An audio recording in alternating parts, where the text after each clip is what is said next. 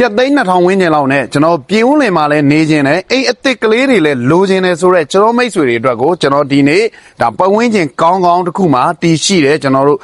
RC တစ်ထပ်အစ်စ်လေးတစ်လုံးနဲ့ကျွန်တော်မိတ်ဆွေတွေကိုကျွန်တော်ဒီနေ့မိတ်ဆက်ပေးမှာဖြစ်ပါတယ်ဟုတ်ကဲ့ကျွန်တော် assembly ကိုကြောပါဟုတ်ကဲ့ဒီအိမ်လေးရဆိုရင်ကျွန်တော်ဒါပတ်ဝန်းကျင်ကောင်းကောင်းတစ်ခုမှလည်းဒါတီဆောက်ထားတဲ့အိမ်လေးတစ်လုံးဖြစ်တယ်ဒါကျွန်တော်တော်မှာရှိတဲ့ပတ်ဝန်းကျင်ဆိုတာလည်းကျွန်တော်မိတ်ဆွေတွေတော်တော်များများမြင်တွေ့ဘူးတဲ့ကျွန်တော်တို့ဒါပတ်ဝန်းကျင်လေးတစ်ခုဖြစ်ပါတယ်ခင်ဗျာလမ်းကလည်းကျွန်တော်တို့ဒါပေ20လောက်ကျယ်ဝန်းတယ်ကျွန်တော်တို့ဒါကွန်ကရစ်လမ်းပေါ်မှာလည်းတီရှိသလိုကျွန်တော်တို့ဒါကွန်ကရစ်လမ်းပေါ်ပေ40ကျွန်တော်တို့ဒါတင်ပြီးတော့နောက်ကိုပေ90ကျယ်ဝန်းနဲ့ကျွန်တော်တို့ဒါ40 50ခြံခွက်ထဲမှာတီဆောက်ထားတဲ့ RC တစ်ထပ်အသစ်ကလေးတစ်လုံးဖြစ်ပါတယ်ခင်ဗျာဒီအိမ်လေးရဆိုရင်ကျွန်တော်တို့ဒါရေမီးအစုံလင်နဲ့ကျွန်တော်တို့ဒါဖွဲ့စည်းတီဆောက်ထားတဲ့အိမ်လေးတစ်လုံးလည်းဖြစ်ပါတယ်ခင်ဗျာအဲဆိုရင်ကျွန်တော်တို့ဒါ40 50ထဲမှာကျွန်တော်တို့ဒါ square feet 900ကျော်လောက်အကျယ်ဝန်းနဲ့ကျွန်တော်တို့ဒါတီဆောက်ထားတဲ့တူးတဲ့ကောင်းကောင်းနဲ့ဒါတီဆောက်ထားတဲ့ RC တစ်ထပ်တိုက်လေးဖြစ်တယ်မြေပိုတွေလည်းကြံတယ်ကျွန်တော်ဒါဒီရှေ့မှာဆိုရင်လည်းကား2စီးလောက်ထိုးလို့ရတယ်ဒါမြေပိုစပိတ်တွေခြံပြီးတီဆောက်ထားတဲ့အိမ်လေးတစ်လုံးဖြစ်တယ်ဒါကျွန်တော်စောစောပြောခဲ့သလိုပဲဒီဘက်မှာလည်းကျွန်တော်ဒါရေတွင်းတွေအကုန်ပါပြီးသားဖြစ်တယ်ဒီအိမ်ရှေ့မှာလည်းကျွန်တော်တို့ဒါကားသေးကျွန်တော်ဒါတစ်စီးလောက်ကတော့ AC ရက်လို့ရတဲ့အနေအထားမှာရှိတယ်နောက်ထပ်ကျွန်တော်မိတ်ဆွေတွေကိုဒါဒီအိမ်လေးရဲ့အတွင်းကန်းတွေကိုကျွန်တော်လိုက်ပြမယ်ဒါအိမ်လေးထဲမွေးခင်မှာဒီဘက်မှာဒါကျွန်တော်မီးဆိုင်လေးတွေနဲ့တော်တော်လေးမိုက်တယ်နောက်ထပ်ကျွန်တော်တို့ဒါကိုအိမ်ထဲကိုဝင်ချင်းပထမဆုံးကဒါ living room ရဲ့ဒါဒီဘက်ကတော့ကျွန်တော်တို့ဒါဖျားခန်း area လေးဖြစ်တယ်ကျွန်တော်တို့ဒါဖျားခန်းနဲ့ living room နဲ့ကိုဒါတွဲရက်ဖန်တီးထားတယ်ကျွန်တော်တို့ဒါအိမ်လေးတစ်လုံးဖြစ်ပါတယ်ခင်ဗျာ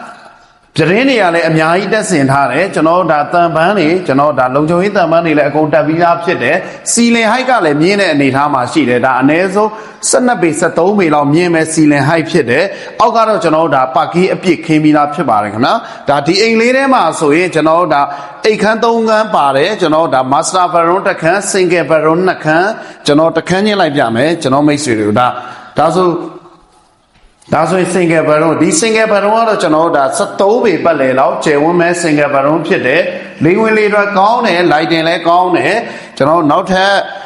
ဒီဘက်မှာဆိုရင်လည်းဒါဆိုရင်ဒါ single bedroom ဒီ single bedroom ကလည်းစောစောကလိုပဲကျွန်တော်ဒါ73ပေပတ်လည်လောက်ကျယ်ဝန်းမဲ့အနေထားလေးရှိတယ်ကျွန်တော်တို့ဒါတကားတွေအကုန်လုံးကတော့ကျွန်တော်ဒါကျိုးတကားတွေကိုအသုံးပြုထားတယ်နောက်ထပ် single bedroom နှစ်ခန်းပြီးတော့ကျွန်တော်ဒါနောက်ထပ် master bedroomဒါ master bedroom ရဲ့ရေချိုးခန်းဒီမဲ့ရေချိုးခန်းကတော့တော်လေးကျယ်ဒီရေချိုးခန်းတွေကကျွန်တော်ဒါ10ပေ9ပေပတ်လည်လောက်ရှိမယ်နောက်ထပ်ကျွန်တော်ဒါဒီမဲ့ဒါ master bedroom ပေါ့နော်ကျရင်ကတော့နှစ်ဖက်ထည့်ထားတယ် lighting ဝင်တယ်ကျွန်တော်ဒါလုံချုံရေးတန်မှန်အကုန်တက်ပြီးသားဖြစ်တယ်ဒီအိမ်ကြီးကနောက်ထပ်ကျွန်တော်တို့ဒါအိမ်ရှင်မတွေအကြိုက်ဒိုင်းနေရကချန်တော်များဒါဒိုင်းနေရကချန်တော်တကယ်အကျယ်ကြီးပဲတိုင်းရဲ့ kitchen room ကတော့ကျွန်တော်တို့ဒါဒီလိုကကျွန်တော်ဒါ10ပေလောက်ရှိမယ်ဒီလိုအလျားတော့ကျွန်တော်ဒါ15ပေလောက်ရှိမယ်10ပေ15ပေလောက်လဲကျယ်တယ်ကျွန်တော်ဒါဒီမှာဆိုလဲ basin တွေအကုန်လုံးတက်ပြီးသားဖြစ်တယ်နောက်ထပ်ကျွန်တော်ဒါ kitchen room ကနေနောက်ဖေးနောက်ဖေးလဲကျွန်တော်ဒါထွက်ပြီးတော့ကျွန်တော်ဒါအိမ်ရှင်မတွေအကြဝတ်စားလန်းတာပဲဖြစ်ဘာပဲလုပ်ပြုလုပ်လို့ရတဲ့ space တွေကျန်တယ်နောက်ထပ်ဒီဒိုင်းလေးရဲ့ kitchen room မှာပဲကျွန်တော်ဒါဘုံရီချိုးခန်းပါတယ်ဒါဘုံရီချိုးခန်းနဲ့အိမ်သာပေါ့နော်ဒါတော်တော်လေးကျယ်တဲ့အနေထားလေးရှိတယ်ဟုတ်ကဲ့ဒါဒီအိမ်လေးရဆိုရင်ကျွန်တော်ဒါအိမ်တစ်လုံးမှာပါဝင်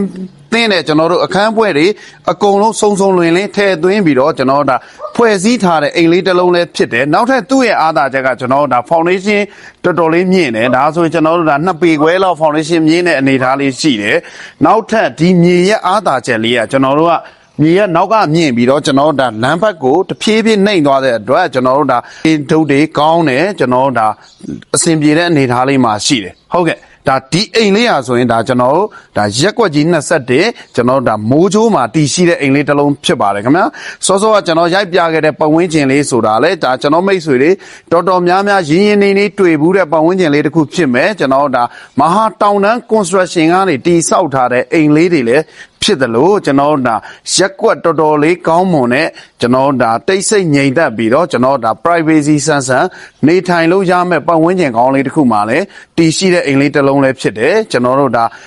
မြေအကျယ်ကလည်းပေ40 50ကျယ်ဝန်းတယ်လို့ကျွန်တော်မိတ်ဆွေတွေကိုဒါရောင်းချမဲ့ ဈေးကလည်းကျပ်သိန်း2500ကိုကျွန်တော်မိတ်ဆွေတွေကိုဒါရောင်းချပေးနေတဲ့ထုံးစံတိုင်းပဲပိုင်ရှင်နဲ့တိုက်ရိုက်ညှိနှိုင်းရောင်းချပေးမှာဖြစ်တဲ့အတွက်ကျွန်တော်မိတ်ဆွေတွေအနေနဲ့ယခုလိုမျိုးဒါအိမ်လေးတွေကိုစိတ်ဝင်စားတယ်ဆိုရင်ကျွန်တော်ရဲ့ဖုန်းနံပါတ်39 9865 9864ကိုဒါအမြန်ဆုံးဆက်သွယ်ပေးဖို့ကျွန်တော်အနေနဲ့ဖိတ်ခေါ်ပါတယ်ခင်ဗျာဟုတ်ကဲ့အားလုံးကိုကျေးဇူးတင်ပါတယ်ခင်ဗျာ